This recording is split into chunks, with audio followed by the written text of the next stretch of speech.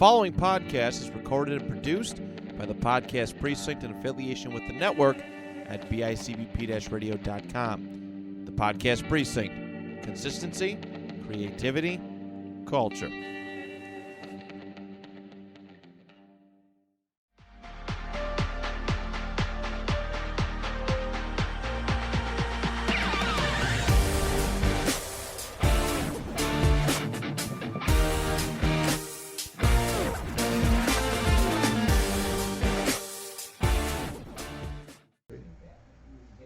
Hello and welcome to the Sci Fi Update. I'm your host, Tony Harper, and in studio with me today I have Kevin Nocera, one of my friends from work. Good morning. How are you, Tony? Doing all right. Just a reminder, we don't talk about work on the podcast. Absolutely. So avoid all that. First thing I'm going to always do with my podcast, I go over the news first. Since I have a new guest every week, a lot of times I got to explain it to them, and hopefully I'm getting new listeners every week, and they also understand that I'm doing and explaining to them as well.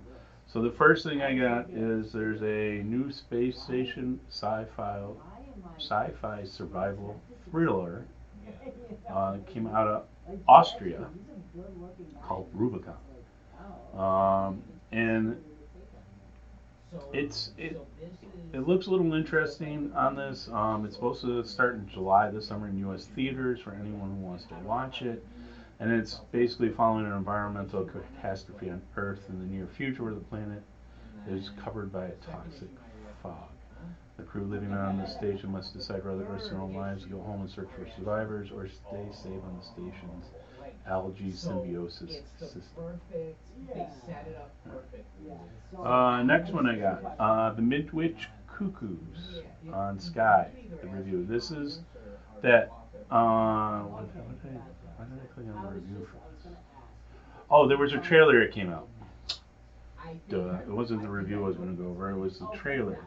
You can watch the trailer, and this was that older sci-fi couple that was talking about that had like a portal in their shed or something like that. Okay. It seemed very interesting. It's being done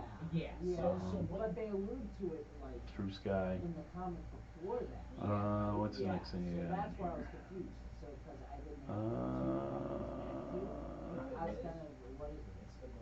You're thinking about it. Have this on That's here. exactly It what doesn't it is. have the name of whatever it was. Because people are kidding. It's like, yeah.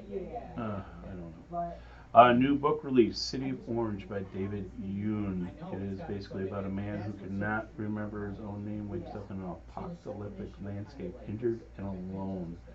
He has vague memories of his life before, but can't seem to see it clearly in the current and how he got to the current situation.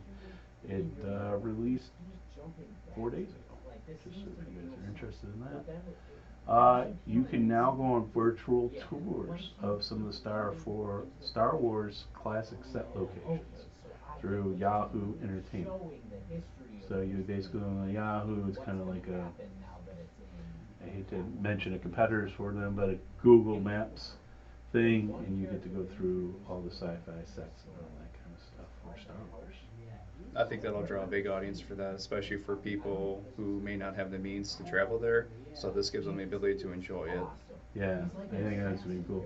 Same with the Star Wars. Jude Law is set to star in Skeleton Crew, which is a sci-fi or Star Wars thing that takes place after Return of Jedi. They don't really have a whole lot on it other than when it was doing. It's basically like a coming of age story set after Return of Jedi.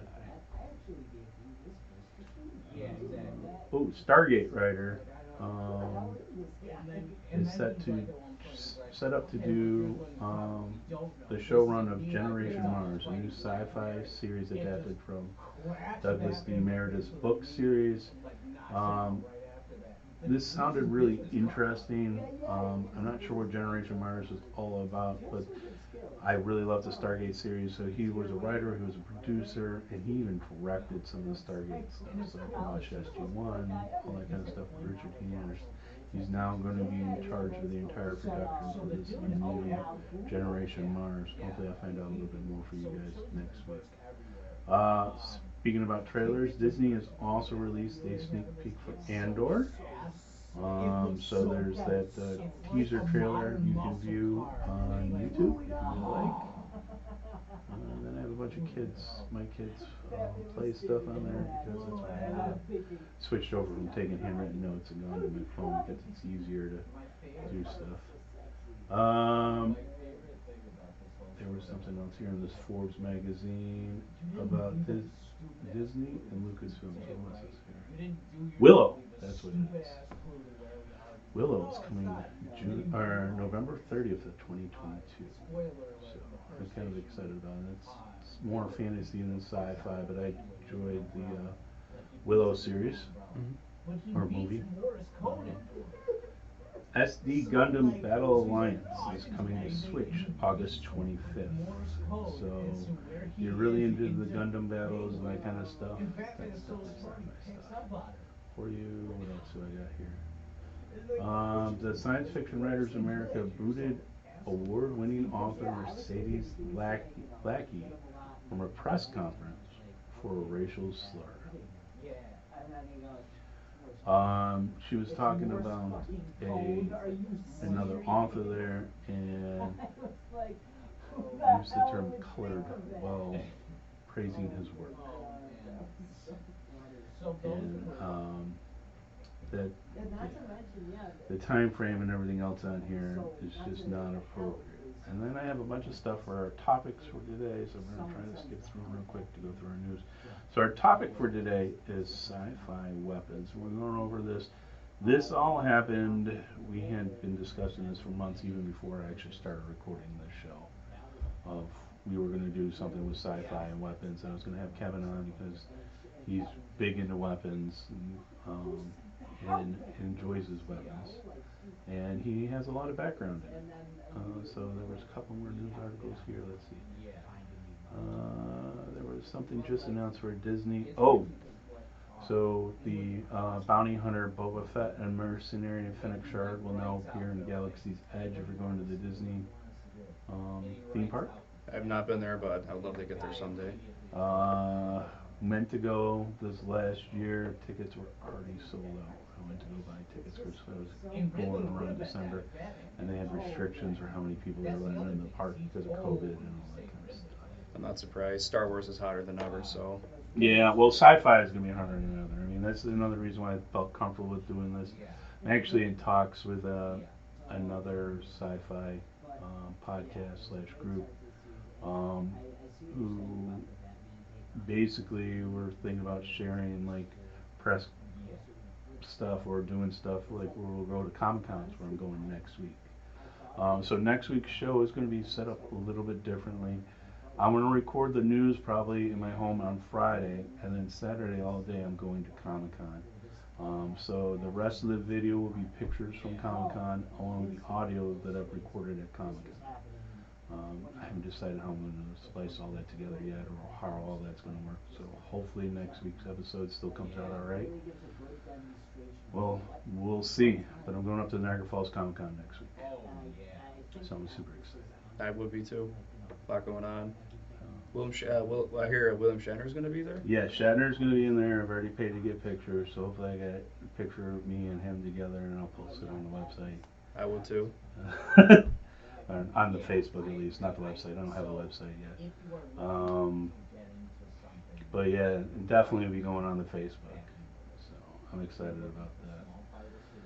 Alright, so now it's time to introduce you to Kevin here. So Kevin, how long have you been listening to sci-fi or watching sci-fi? Sci-fi, I would say I've been watching a little bit on and off for most of my entire life. It's hard to judge because everyone has a different opinion of what actually falls into sci-fi, especially listening to your earlier episodes with even the Podfather of how do you define sci-fi? Where do you draw the line? What's fantasy and what's science fiction? Exactly. What's more realistic and obtainable? What's far-fetched with alien technology? Things like that. So it's definitely a very diverse group.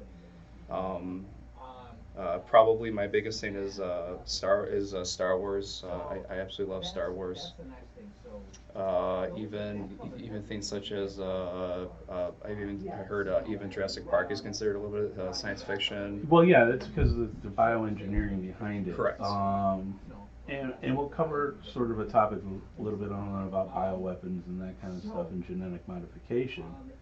But even though it's just that it takes our current science and then goes a little bit further. We aren't quite capable of making dinosaurs at the time Jurassic Park came out. Yeah, I know. But applying real world science to it, it definitely seems more plausible. Every day. And how it's such, especially for me, growing up, I was that kid for years and years and years who loved dinosaurs, who looked at dinosaur books.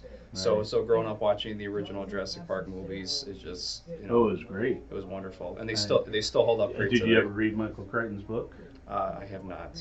You see, you would have gotten a lot more of the science from that. Michael Crichton did a really good job of researching the science and just moving us that 10 years in advance using the science 10 or 15 years earlier. Gotcha. All right, so we already covered your favorite star or sci-fi show. Anything else you want to? Just going over for shows, they definitely blend a little bit more towards the anime side, but things like Gundam, Zoids, Big O, basically stuff with like mech suits. For whatever reason, the idea of like if there's a sci-fi movie or show or anything like that that deals with mech suits, Well, come on, aliens and the power loader. absolutely. And Just all that kind of stuff. for whatever reason that just has a huge appeal to me. So Oh, it's always had a huge appeal for me too. So I mean, and that's what we're going to talk about in some of that stuff for today is even some of the body armor and some of that stuff and how science fiction has even drove some of the science behind some of this stuff, as good science fiction should. All right, so what I wanted to do is I had gone to Wikipedia, and you guys can go there too, and there was a sci-fi, what did I do with it? Weapons and sci-fi thing that I sent Kevin so that he could do a little bit more researching and all that kind of stuff. So when we're thinking about early science fiction, we are definitely thinking more along the lines of Jules Verne, right? And he came up with some interesting weapons. I can't remember the blast arrow or the fulgurator. But I do remember the ray gun from H.G. Wells' War of Worlds. Heat ray gun. How plausible do you think that is? Well, as I said before, it depends how bad you want it. You throw enough time and money at something, you can usually make it happen. But as far as what that would fall under is probably energy weapons. Things like the U.S. military, they're already looking to invest in stuff like that. That falls under things like railguns. Don't they have like a non-lethal? It's similar to heat ray gun thing that uses kind of like microwave radiation a little bit to kind of make you feel hot, like you want to get out of the area. Basically, yeah. They from what little I've looked at it and heard about it, and the few research I've done is that they're basically looking into ways for non-lethal confrontation with combatants or just unruly groups to more or less diffuse situations. Yeah, I remember when H.G. Wells came out, like they hadn't even discovered X-ray radiation quite yet. So it wasn't until X-ray radiation and radioactivity that they decided to do a lot more stuff with ray guns being made of bright light or loud noises like lightning or electric cars, and then tanks, modern semi-modern tanks using rail guns or laser guns. What do we think about the possibilities of those? I think more than likely it would be a sooner than later thing. As I said, they're already Well, the Navy has already tested and has utilized a railgun. It's not as effective as they would want it to be. It's not bad, No.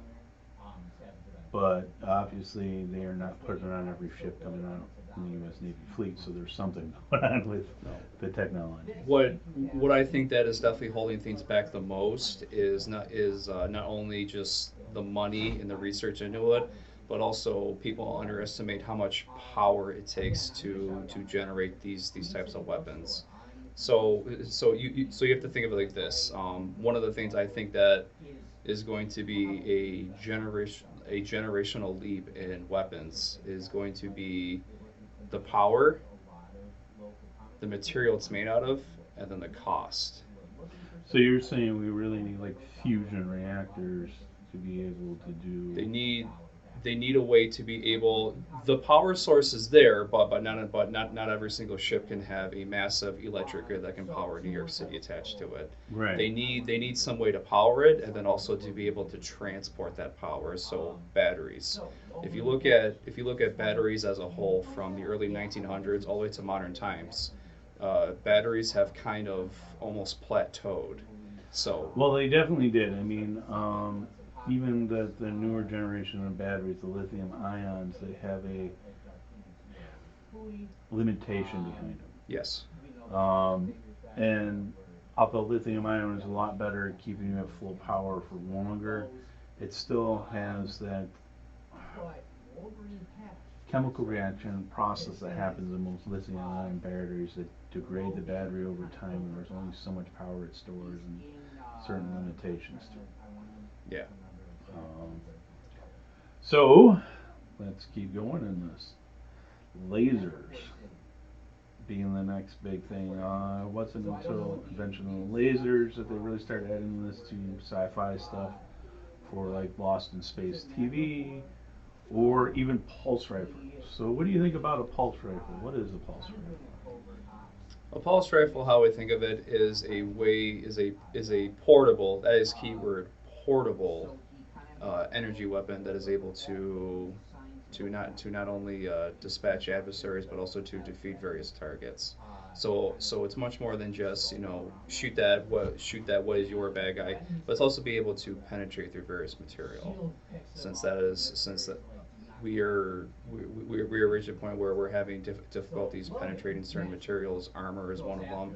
So if we can't penetrate it for traditional ballistics, you can either use explosives, or what they're now looking to is through energies, through basically Energy just weapons. completely overwhelm the temper, the heat, and just more or less, lack of a better term, drill a hole through it.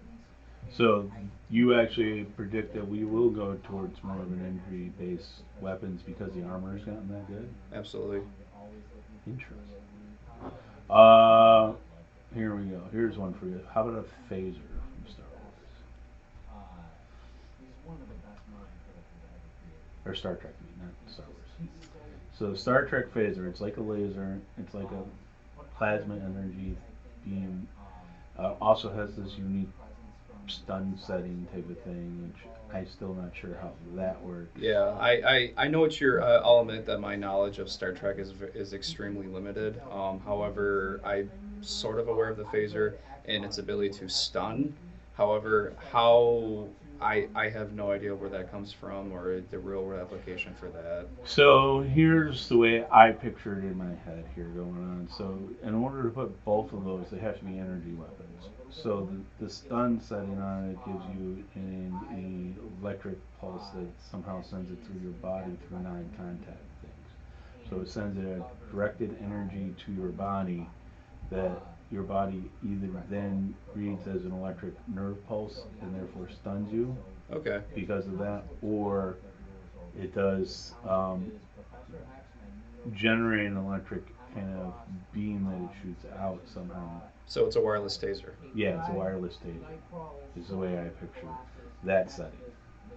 And then for the actual laser, or the other side of it, the phaser or whatever, it's using that energy in a different manner and directing that energy to create that laser like beam from it. And then somehow they get it into a handheld portable device. Again, time, money, space. So the technology is there for lasers and laser weapons. They use it on. I've seen reports of them using it on battleships and also various hardened fortresses and targets to stop rockets and missiles. Right. But just the ability to Well, transport it and power it. All right, they're using a lot more like a Sea-Wiz system for most of these ships. The problem now is they found a way to avoid the laser being able to destroy the weapon by making the weapon move at supersonic speeds. So you don't have enough time. It's supersonic and low speed. So Mach 5 at about 100 feet off the ground. You don't have time between the time you recognize the target, lock on, and shoot your laser at it to actually destroy the laser, because it's a beam weapon and requires a minimum amount of lock on time and hold time to hold it there. What this is what this is reminding me of. Have you ever heard of the term kinetic bombardment? Yes, I have. All right. Are you familiar with Project Thor?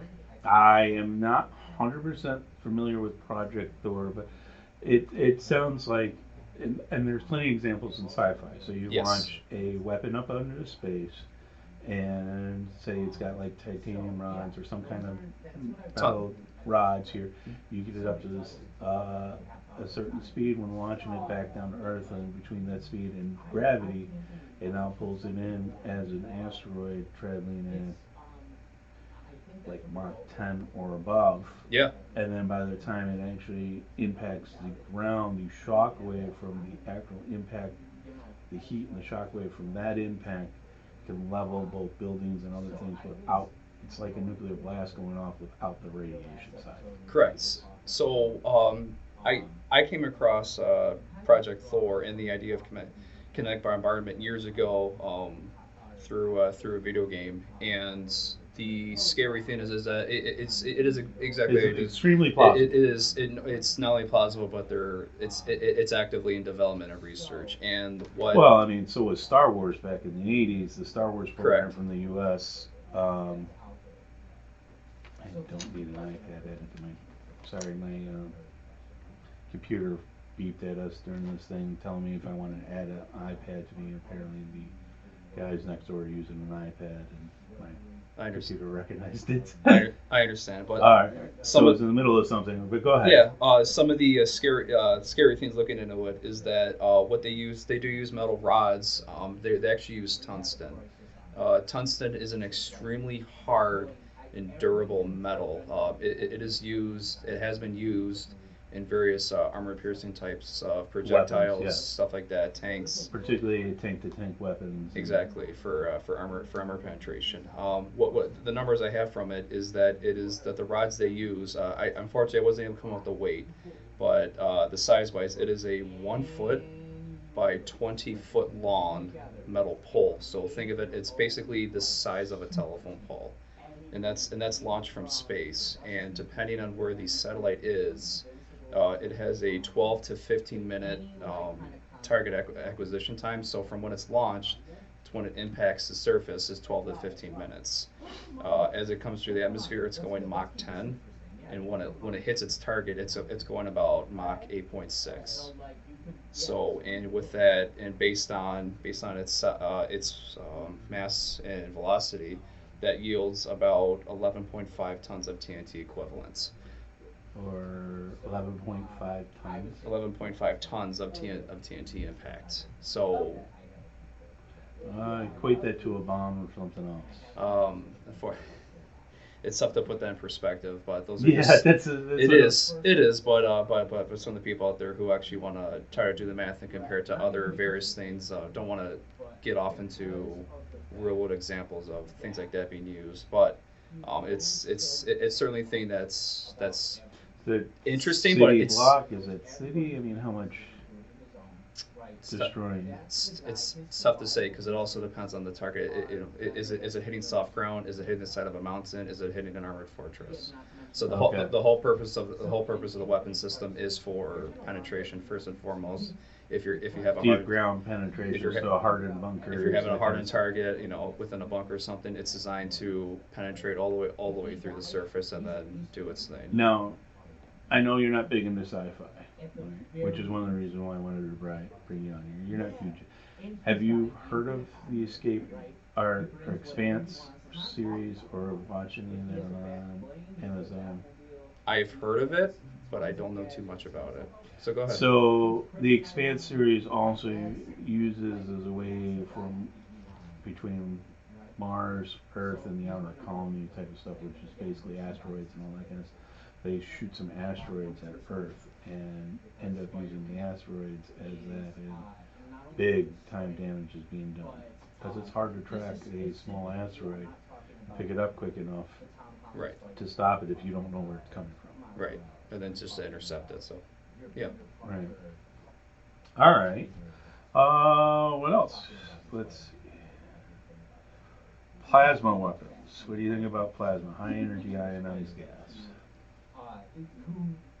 So what's interesting about plasma is that yes, it is the fourth state of matter. So what what is really interesting about plasma is that when I was doing a little bit of my research towards this, inevitably brings me around to the Star Wars topic of how there is a really interesting video I found on YouTube where it's from the channel Hacksmith, where they create what they claim to be the world's first plasma lightsaber, Okay. where they actually use plasma gas to effectively create as close as they can to a real world lightsaber. They've had several prototypes in the past using different types of superheated metal rods, where now people have asked them if they can create it where they have a retractable blade and one that can also change color, so you can come up with all the different colors of the Star Wars universe. So the lightsaber, quote unquote, that they're able to come up with runs at around 4,000 degrees Fahrenheit, which is more than enough to cut through Anything. most material. I'm sure there are things out Not there. quite everything. I'm sure there are things out because there. there's some things that have melting point around 6,000. Exactly. degrees So Fahrenheit I'm and sure more. they use that within space programs and things like that. But 4,000 degrees is no joke when your typical steel's melting point is around anywhere between 2,000 and 2,200 degrees Fahrenheit. So it's Right. more than enough to cut through it. So stuff like that was incredible to see come up with of how science fiction is even driving people in the real world to try to imitate and come up with these different things for just fun entertainment. So speaking about that and staying on the Star Wars topic, Dave had mentioned at one point in time that and I forgot which guy he said he used, that if they actually had the Death Star fire its power beam, Yes. it would have basically had enough inertia and all that kind of stuff to basically pancake everybody on the inside of the wall as soon as they fired it of the Death Star I believe it type of because thing. They would say it would instantly move back almost like a million miles type of thing. I believe it because everything has an equal and opposite reaction. So Right. that's with anything in life. Speaking of the Death Star, I remember watching things before in the past of how close are we to Star Wars weapons, and the idea. Well, what they said was the biggest thing against the Death Star, not only just its sheer size and cost, but is how its death beam works, of how it shoots all the very smaller lasers to a centralized focal point, and then that combines for laser rather, of how lasers in real life, they don't work that way. There has to be some type of a prism or something to collect it and redirect it forward. So are we getting close to that? I don't think so at all. Well, I mean, if we're gonna stay in that, we can go into how that would work. Okay. All right. So don't forget you have to overcome that inertia of all that kind of stuff. So we're going to assume they're good at manipulating gravity. Okay. So what if it's a gravity lens or prism that they're using as the focal point? So you have your basically like a small black hole type of thing to actually focus the laser. Maybe the way to best explain. I would kind of think it's if they're able to get around the opposite reaction of firing such a weapon, being able to collect the lasers to concentrate them, then creating one centralized cannon. Yeah, I can see that. I don't know how. So you wouldn't need a physical thing in there. You're using gravity to create the distortion or your prism. I'm no astrophysicist, but I suppose. I suppose. You suppose. I suppose. I don't want to pretend to be one. Oh, I'm not going to pretend I want to be one. I actually wanted to get my engineer friend on and go over stuff at one point in time, and she's been really busy doing other stuff, and she has something else going on. Fun fact for you, speaking of the Death Star, do you remember in 2013 when there was an online petition passed around for the United States government to fund and build a real-world Death Star? I did not. Yes. In 2013, there was a real-life petition passed around the internet to collect signatures to propose to the United States government to build such a weapon. And what's even better is that the White House actually responded in an official letter. Nice. They explained That the cost would be the ginormous. cost. I actually have the cost here. It's tough to read. This is where I need my math people. It's 850 to just 850. There's a lot of zeros. That's 100,000. That's millions. It's billions. It's trillions. It's the one above trillions. So it's that was what the White House estimated the cost, and at the very And bottom, it does not support blowing up planets. that was at the very bottom of their official letter. Is that this is that this government does not support blowing up planets. So again, things in sci-fi that actually come around to the real world of how enough people got the idea that something like that should be funded, and then proposed to their government, and then the government actually got enough attention from it and enough people asking them that they had to officially respond to it. Nice. Is just funny. It is kind of hilarious. All right, we were to stay in space and go with space and ship-to-ship weapons out in space first, Okay. before we go into your favorite topic of handguns. Oh boy. And that's the whole reason why we brought you onto the show, is to talk Got- about the handguns and Gotcha. how marine tactics and all that kind of stuff would work. All right. So, what do you know about Grazer? Do you know anything about Grazer weapons? It doesn't sound familiar to me. So that would be a gamma ray X-ray. So lasers tend to have a lower energy level, where a Grazer would have a higher energy level. They're plausible for us to produce. Easiest way to be able to produce some of the gamma thing is to have an already radioactive source and make it more excited to produce even more thing, and then you got to focus Okay. those things into it. But since it's such high energy thing, it is much like a gamma ray being launched in space. If you shoot a ray out, it doesn't stop. No. Right? So it keeps going until it hits something. Now it does spread out over time, weakening this thing. That's why we're not instantly melted when star goes supernova and shoots gamma rays out of there. But if we were close enough to the star, the gamma rays would actually fry everybody on the planet. Vaporize. Yeah. Depending upon how close we are, or slowly cook us. I mean, it depends upon how much dosage and everything else we got.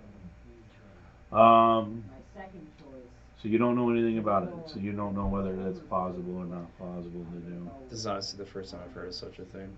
Similar to a laser. All right. What about laser weapons? Ship-to-ship battles. Type of thing. Think of that kind of stuff. I would say something. There's not only if you think back to even to ancient history, most people are probably familiar with the concept of Archimedes' death ray. Right. So that when I hear of ship to ship, that not only does just the modern weapons come to modern laser technology, but that makes me think back to then of how scientists are still trying to recreate that to see if that was a thing, if that was It was real. even plausible. Yeah, I remember a MythBusters They're episode saying on I that. do too, where they focused everything through there and just a big magnifying glass in it. Yep, Setting other planets. like the kid on an anthill. Yeah. So you've seen, doing that just on a much larger scale. If they can focus and concentrate the light enough to create such a pinpoint where it could burn holes through wooden ships and sails. But going on to more modern takes, what could be not only used as a primarily from what I've seen, what I've been able to come up with is that they're more used on a defensive basis against rocket and missile attacks. Because of the length of time and the lockout. Yep, the speed, and obviously as how fast the laser travels, because it's traveling faster than the missile or the rocket, so it's able to intercept it. As long as they can have the time to track its trajectory and its course, then they can fire the laser where the missile's going to be rather than where it's at. See where it's at, right? All right, so that takes a lot of the space battles, my favorite book, out a little bit with the lasers and the grazers in it. But the other thing they do is basically space launch torpedoes. Okay. All right. So you have your photon torpedoes from like Star Trek. You have. I don't think Star Wars used any kind of torpedoes. The only so Star Wars is interesting, and I'm trying to think back to all of the movies, some of the Legends of material. I have looked into some of that stuff. The only thing I can vividly remember where they used weapons other than lasers themselves was in Episode 2 with the Hellfire droids, where they basically fired what looked to be just missiles. Right. If you remember them, single body with large double wheels on the sides as they Right, rolled forward right. in the Battle of Geonosis. And that was the only time I remember them actually using anything that was missile based. it's something. It was not even just missile based, but a physical property rather than an energy property. Right. It's the only time I can remember that for being used in Star Wars. I'm sure there are other examples, but that's all I can think of. No, that's actually a good point because I couldn't even remember any of that from Star Wars. So, a ship-to-ship missile battle, obviously that would have to have a standoff range and all that kind of stuff to affect your tactics. But you still think even out in space is very plausible to do, right? I think it's plausible once inevitably, the space race is still going on. So we are not only as we as a species inevitably gonna be up in space. We as humans we are going to fight over space. So that's unfortunately. I wish it wasn't, but it's probably going to happen. So kind of what I would think of it as is different as what's done for some applications for armored defeat today is where they have two-part systems to weapons. So going to things like photon torpedoes and everything else is a two-part system. The first to either weaken or defeat the armor, and then the second part for the ammunition to go into and then explode or penetrate or do more. Well, yeah. Well, you can also throw. I mean, since you're out in space, you can actually throw nuclear weapons at one another and not really affect anything too much around it.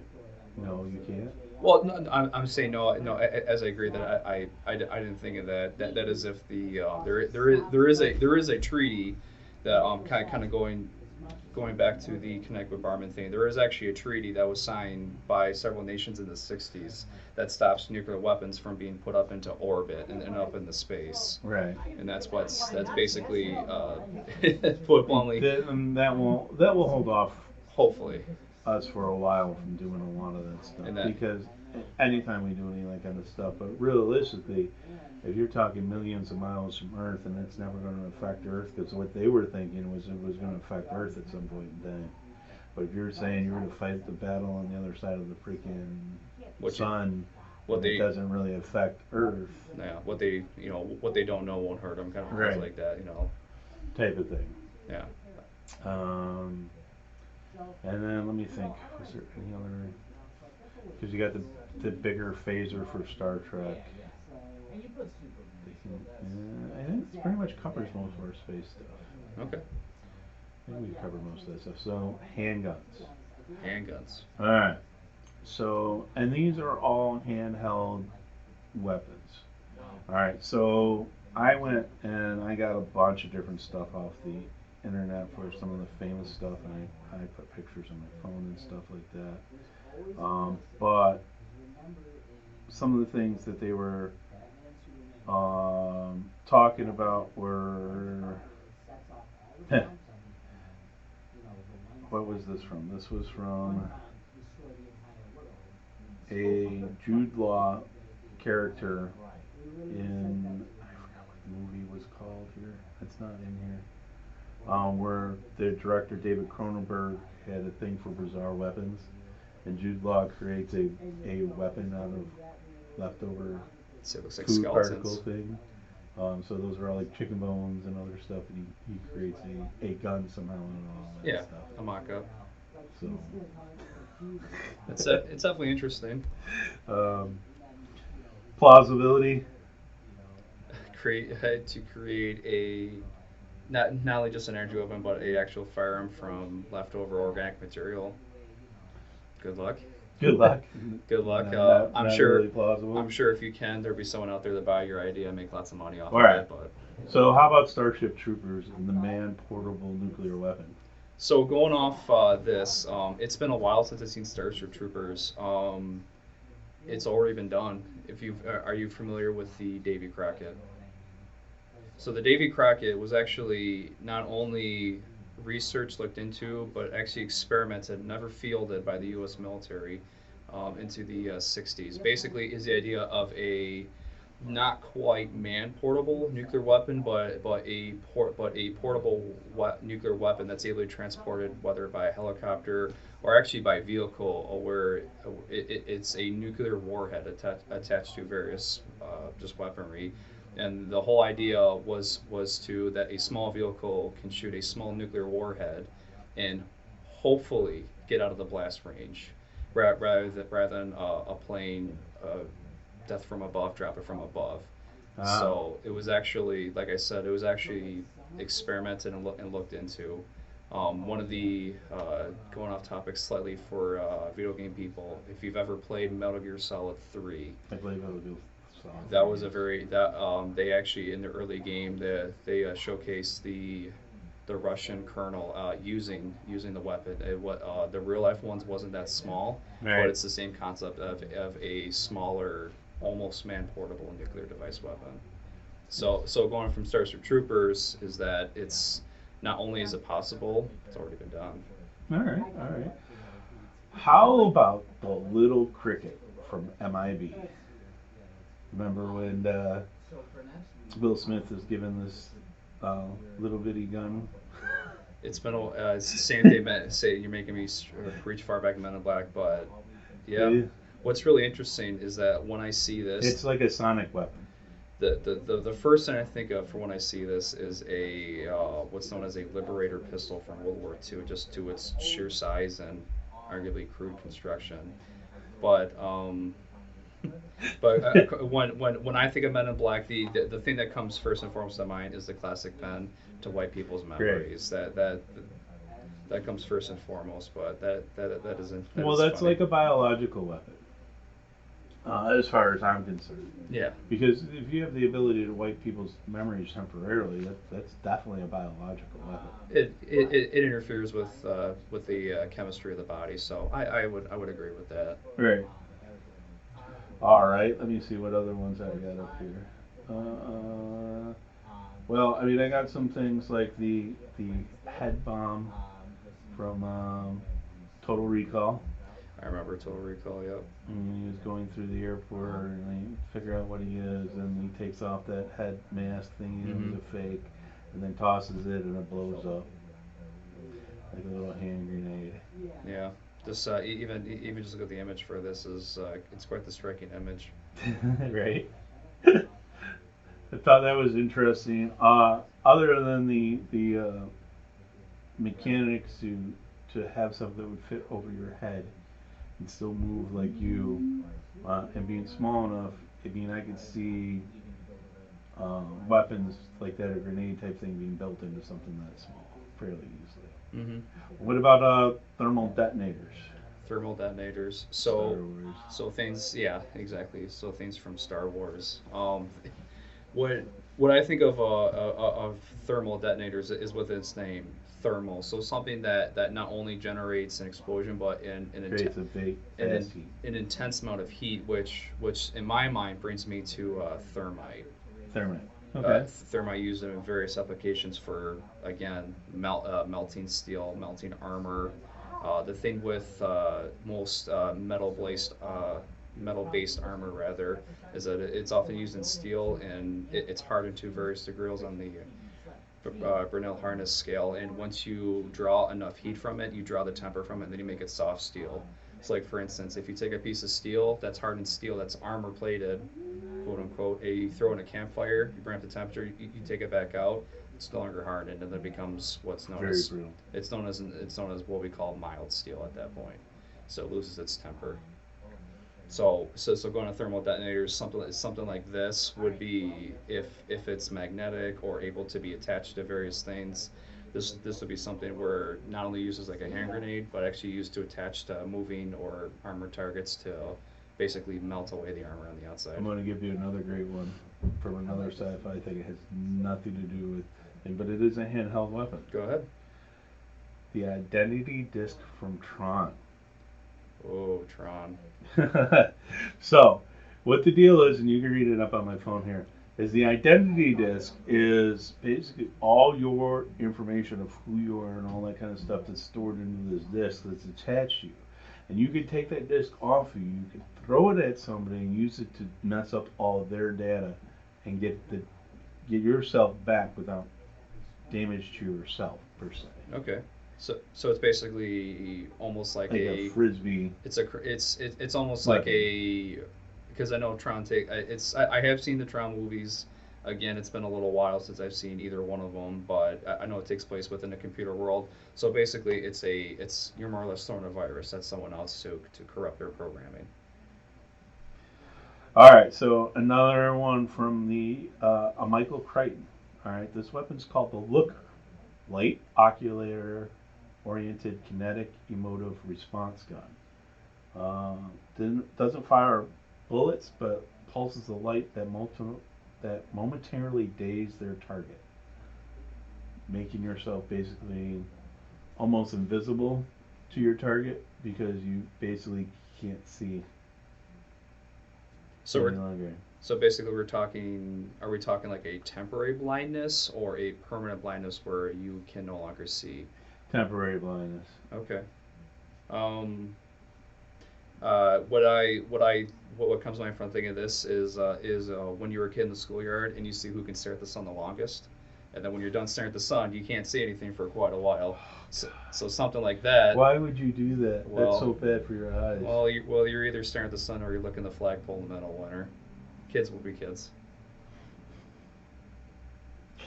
All right. I never did that. How about monomolecular wire? Monowire. Wire. Johnny Mnemonic used this famously. See, I'm throwing Kevin all for a loop here. This is not all the stuff that we get expected to talk about. No, I didn't. So, but this is quite interesting. The scene of, someone for me for almost completely from the outside, being delved into this, and seeing it's quite interesting. So basically, from what I gather for this, it's being able to generate a very thin wire that you're able to cut through various materials. One molecule wide. Therefore, it doesn't break. No. But it slices through everything one molecule wide. You can basically decapitate somebody by wrapping it around their head. I would almost think that if something is that thin, that now virtually the image I have here, it shows an image of the character using it. But it would be imperceptible to see it, and then I would also question that if something that small did that, would it actually do any damage to its intended target? Something that small. Well, that's a good question. I mean, because you have all that space between all of your cells, all that exactly. to begin with.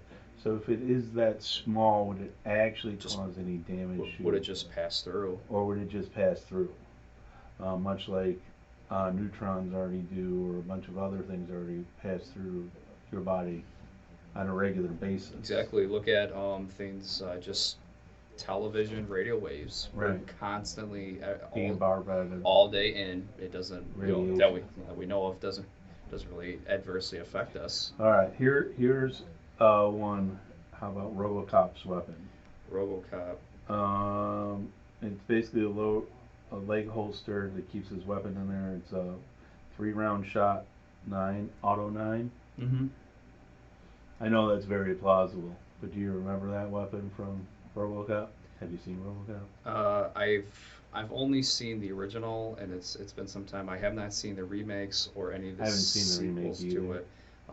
I have watched a few scenes from the remake. It visually it's very it's stunning. Very. No, actually, I To have say seen the the remake. least. I take that back. Just looking at the gun, the Roland example, what comes to mind for me is some It's type. not a 9mm. I can tell you that from the look of it. Even just looking at it, looking at the handle and the grip, everything is to me screams a Beretta series. It's not quite a 92, because the safety for it is on the frame and not the slide, but it has everything else that just to me yells Beretta. All right. See, that's why he's on here. Yeah. All right. You ready? How about the unlicensed nuclear accelerators that Ghostbusters use? Ghostbusters. I'm gonna have to admit to you, I've never finished Ghostbusters. I will admit to you, I know that your looks at Even the new one? Even the new with one. The chicks in it? I have not seen it. Uh, Your look says it all. Sorry, I shouldn't call it the chicks, but that's all right. The we'll call it the new generation. The new generation. New generation, a new take. So what? I love how you're shaking your head. It's just people on the video or I'm on just- the podcast can't see that, but I'm just trying to think of not only the thing what I like about it is that it's known as that it isn't just something they hold in their hand and then there it goes. That they actually have to wear a backpack for it, which comes up to the thing I keep beating the drum on is the power source and how are you going to carry that around. So that's one thing I do like about it. As for its application for ghosts, if you believe in ghosts or not, I have no idea. all right. How about Decker's weapon from Blade Runner? This is still a handgun, but it's kind of like a rifle as well because it can shoot long distance with it. It is designed to go after replicants, human beings that are basically been copied. So looking at this, the grip to or me. designed. The grip to me, it looks like an overlarge target grip. It reminds me of a revolver type grip. But going on to how you say a handgun that's able to basically behave as like a rifle, is that what you said? Yeah. So what is kind of interesting with that is that's been an ongoing thing is how can we get the ability to fire projectile long distance with accuracy and maintain power within a handgun package. One a little bit more recent gun that comes to mind for that to me is I'm sorry, I completely drawing a blank on it. Oh, is the FK Bruno pistol in 7.5. It is a bottleneck. It is a bottleneck cartridge. So meaning that the projectile diameter is smaller than the overall case diameter. So it's very common to most rifle rounds in that regard, where its main goal is to generate as much velocity as it can from a small package. Right. And how and what is interesting about that handgun with that cartridge is that its claim is that it is able to defeat soft body armor at 100 yards from a handgun. And granted, if the shooter is able to hit its intended target, so being able to defeat armor at distance with a handgun. Nice. So that's what that You ready reminds. for your next one? That's what that comes to mind. Go ahead. This one's from Predator 2. Oh, This is the smart disc. The smart disc. So I'm actually happy you brought up Predator because I Get to the choppa hoppa. get to the choppa. I have, for whatever reason, and I don't know why, but I have seen Predator 2 more than any other within the Predator series. Wow. If you alright. even want to include Alien within it, I know it gets murky with the AVP stuff. If you were keeping Predator separate from Alien, but I've actually seen Predator 2 quite a bit. And the disc from Predator was to me not only just it was cool because I still remember the scene in the slaughterhouse Right. with Gary Busey's character and obviously is it Donald Glover? Yes. When Predator throws the disc through the slaughterhouse and it cuts through every single thing it touches, including Gary Busey's character, and then even all the racks of meat. So that was interesting. And then famously, when Predator's hanging from Donald Glover's, or is it oh, I'm sorry, I'm confusing my actors. Is Donald or Danny? Donald. Okay. When Predator's hanging from Donald Glover's arm, and he uses the disc to cut off Predator's arm to save himself. So that is definitely I'm glad you brought that up. That's a really cool sci-fi weapon. How realistic is that? Can something be done? Sure. But the fact is, how is it going to come back to the user, and is it going to do damage to the user? So the aliens, since we were talking Mhm. about aliens, for Aliens versus Predator, the Space Marines have their own rifles. They're very similar to the rifles used today. Yes. So even going at so I even have a Talking to the little mic. I even have a little note section here about aliens. So what shown here, the main gun used in Aliens is actually a mock-up from a Thompson M1A1 from World War II. Okay. There is a Spaz 12 shotgun as the forend, and then there's other bits and pieces cobbled together. What's cool, that probably the most notable feature of that, not only is it just firing, but the fact that it has the round counter in it. So that's something that's been chased for a long time within firearms and weapons today. Is how do you get that Halo like yes round counter in there? Yeah, how do you? And why would it be necessary? I mean, we had this argument before we even got on the podcast. I mean, it's just as quickly to remove the mag to see how much you got left in there. Correct. But here's the next sci-fi gun I want you to consider when it comes to this. And this is what out of my Honor Heritage series books here. All right. Okay. So this is not a very popular thing. It's called the Flechette gun. It's basically Flechette. Yeah, it basically shoots little tiny Darts. They're like darts, but they're not darts. They are Okay. very, very thin triangular pieces of weapons, magnetically sent down the barrel, and leaves the same velocity as a bullet does. So almost like. And it will go through your body and tear through even armor and all that kind of stuff because it's like made out of whatever. So kind of like mini arrowheads. Yeah, like mini arrowheads. Okay. That what I think of like that is where you could have in your magazine that's no bigger than your basically 300 of those things in that magazine along with the recharge for the battery for it. Okay. All right. So whatever your power source and the flechettes go into there at the same time. The gun has some residual power still built into it, so you always have the screen on it. But if say you had 300 of those in there, and you hold it down and just keep shooting, and just spray. Right. Like it's very useful to know how many of those you got left. Right. Yeah. Even thinking of that reminds me. That's basically thinking of like railguns of how they use. Yeah, it's similar to a railgun. How railguns are using handheld. How railguns are using basically magnets to move metal objects at an incredible speed. That's typically often faster than conventional weapons do because for the most part, we have reached a point with firearms where the propellants we use for them can only propel them so fast, and with using railguns, we're able to move past that. And the key in the real world, the thing that defeats armor is speed. Projectile design is one thing, weight does play a factor, but first and foremost is speed. If you get something moving fast enough, it eventually will punch holes through things. But going back to for a round counter, I never thought of it like that for a miniature size of projectiles or something like that. It would be good to know of how many you have left. Right, and it'd be hard for you to just even pull it out and gauge how many you had left. No, I like that. It's a good argument. So I mean, and that's why I bring like why we're trying to get into it, particularly if we move past explosive type weapons. Mm-hmm. The nice thing about that particular weapon is it's silent. Yep. So therefore you don't know it's coming at you till it's after it's been fired. Right? Yeah. I would say it would be hard to track, hard to follow. That's that's one common thing is once you begin firing, right?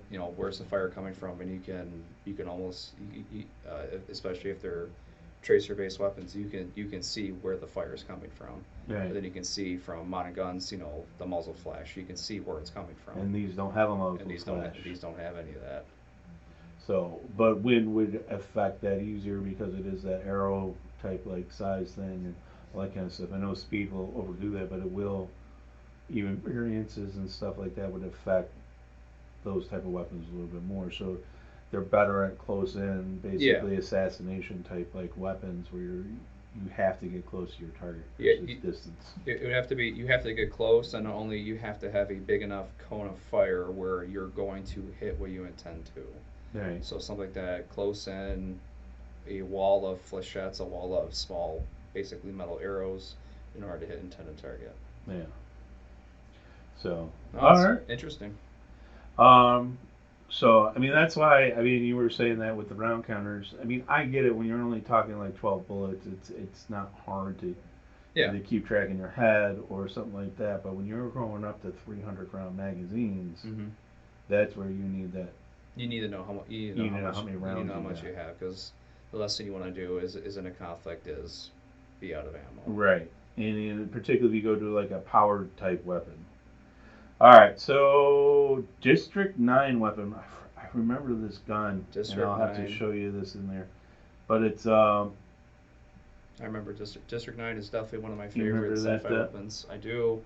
I forgot what that weapon was called. So I remember. So I remember this this weapon. I remember this weapon was used in the end scene of District 9. It was on the mech suit again. Right. Anything with a mech suit, I'm in. And the mech suit, and that was one of the coolest things, because not only was it protective, but it actually integrated the character's biology into the mech suit. So whenever the suit was hit, the character felt it. I'm trying to draw a blank. Wickus, the main character's name.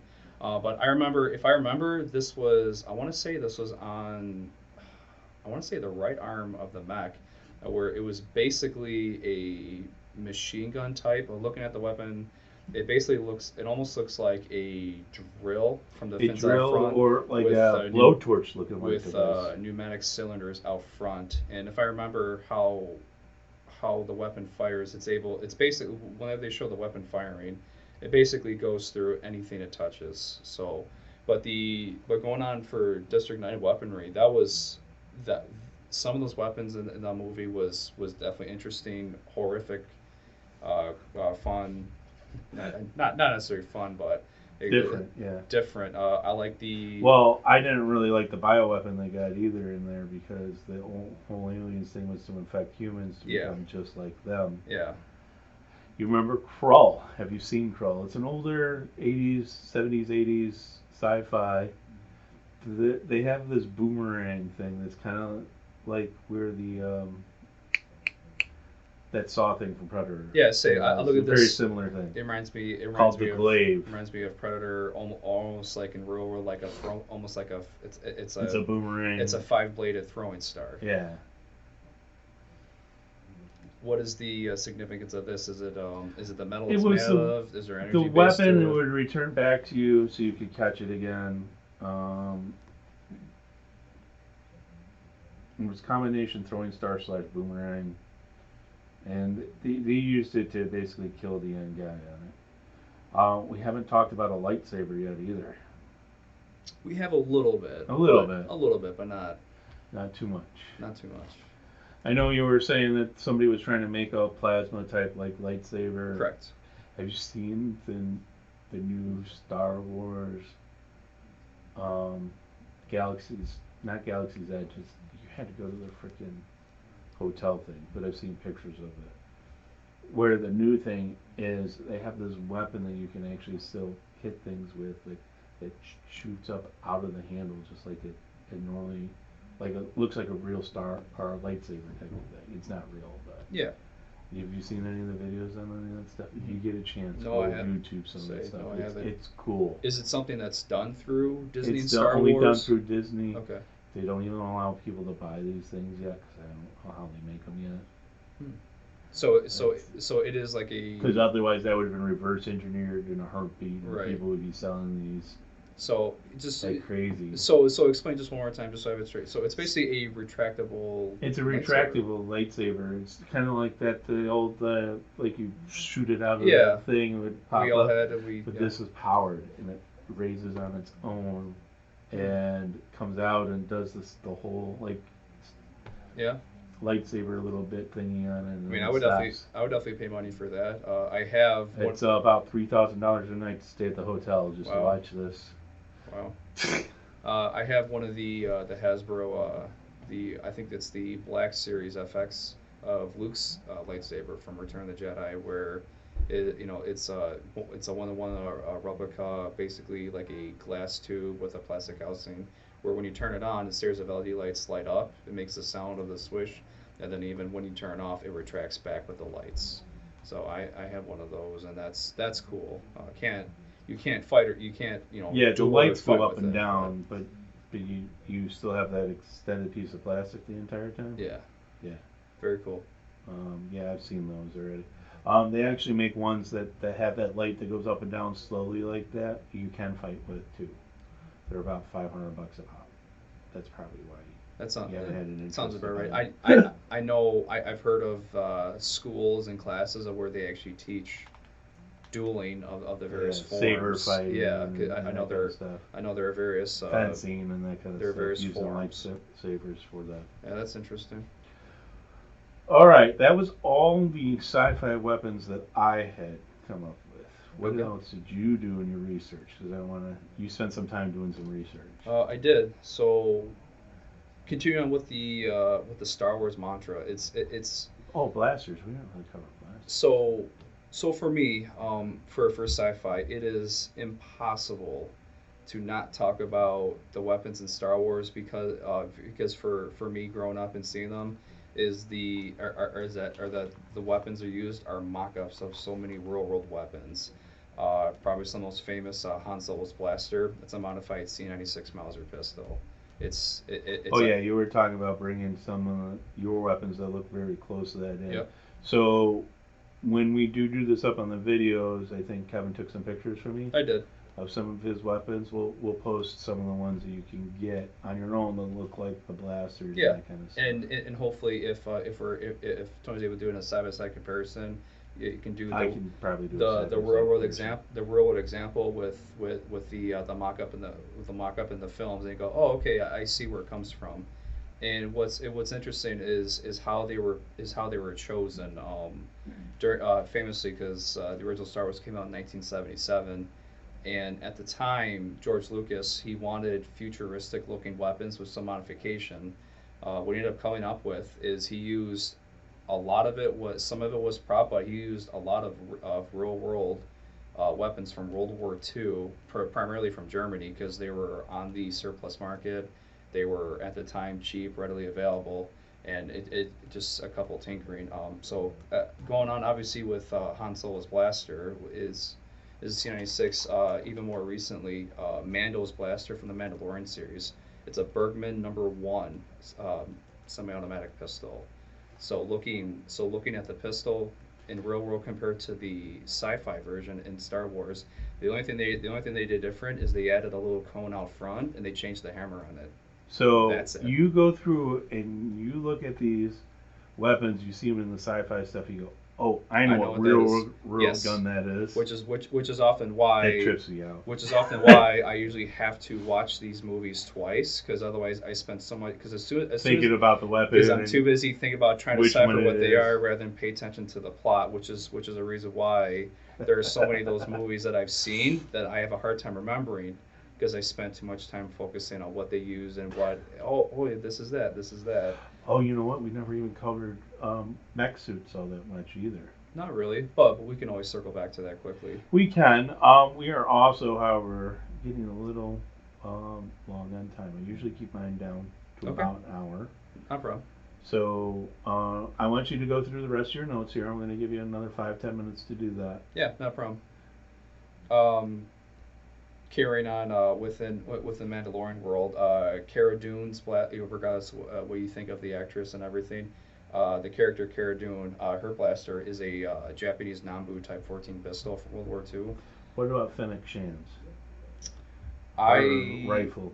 I You actually didn't see anything I in actually that didn't show? see any of that. Oftentimes, what they use a variety of like I'm trying to recall from the book of Boba Fett.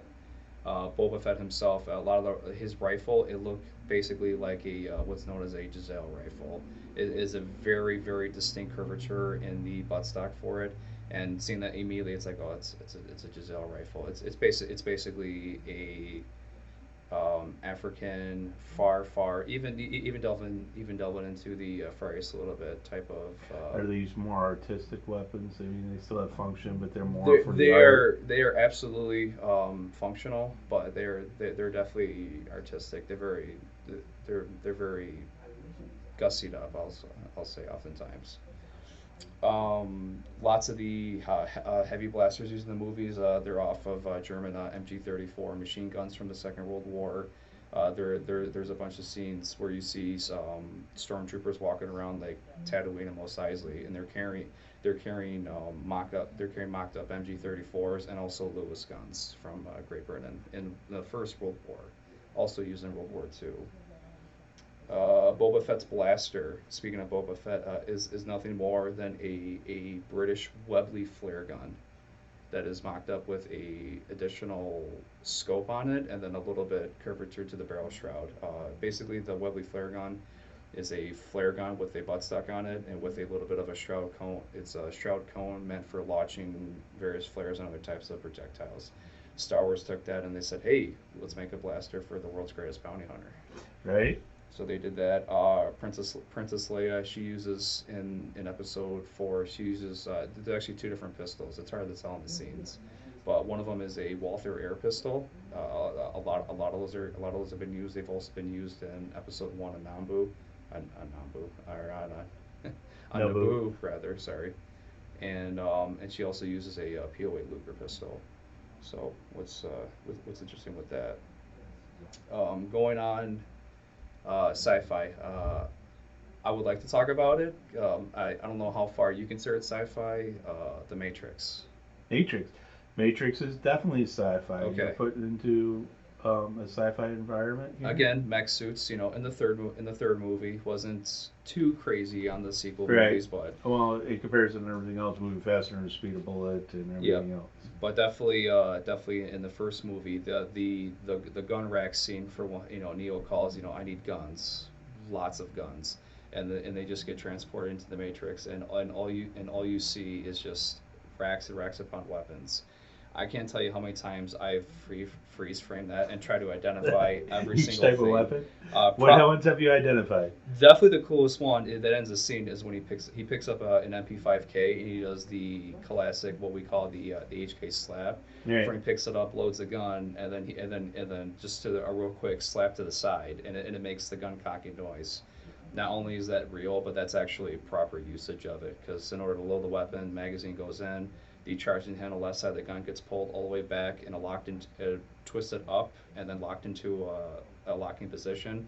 You load the gun, and then when you want to drop the bolt the chamber of the first round, you slap the charging handle, and it makes that classic noise. So stuff like that's cool.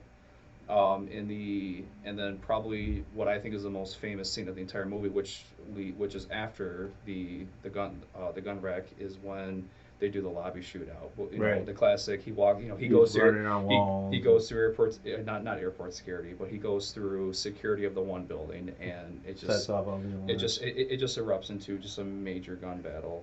Some notable guns in there. He uses a series of Beretta 92 pistols. Trinity takes a Spaz 12 shotgun from one of the soldiers and uses that against him. That the Spaz 12 has been used in many movies. It's used in Terminator in the first one. It's used in Jurassic Park. For when the character gets attacked by the Velociraptor. Clever girl. That was the Spaz 12 when it shows him unfolding the stock and moving the arm clamp over to brace his arm. I've decided, Kevin. I'll bring you back on for either Gundam or Okay. Robotech remake, whichever one of those come out first. And I think the Gundam was Netflix. They were talking about doing a lot Gotcha. Gundam anime or something like that. Give you a chance to watch some of the stuff beforehand. All right, and then we'll do a little bit of review on that, and then go into powered suits and that kind of stuff on there. 'Cause there's Gotcha. a lot of cool power There suits is that we really um, didn't cover that much in here. probably one of And my I want to keep the timing down. We'll on keep this. it short. Powered suits, obviously Gundam from the anime world, but from the sci-fi world, what I think is sci-fi, Pacific Rim.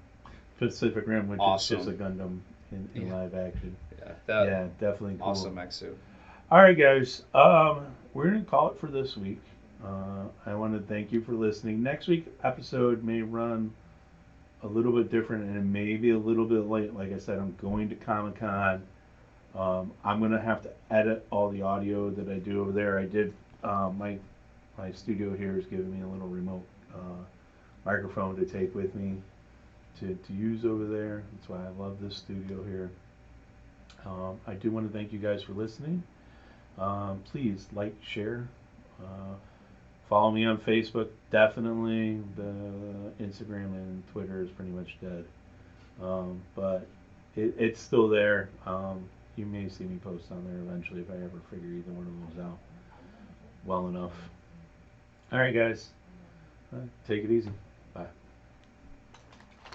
Thank you very much. Oh, thank you.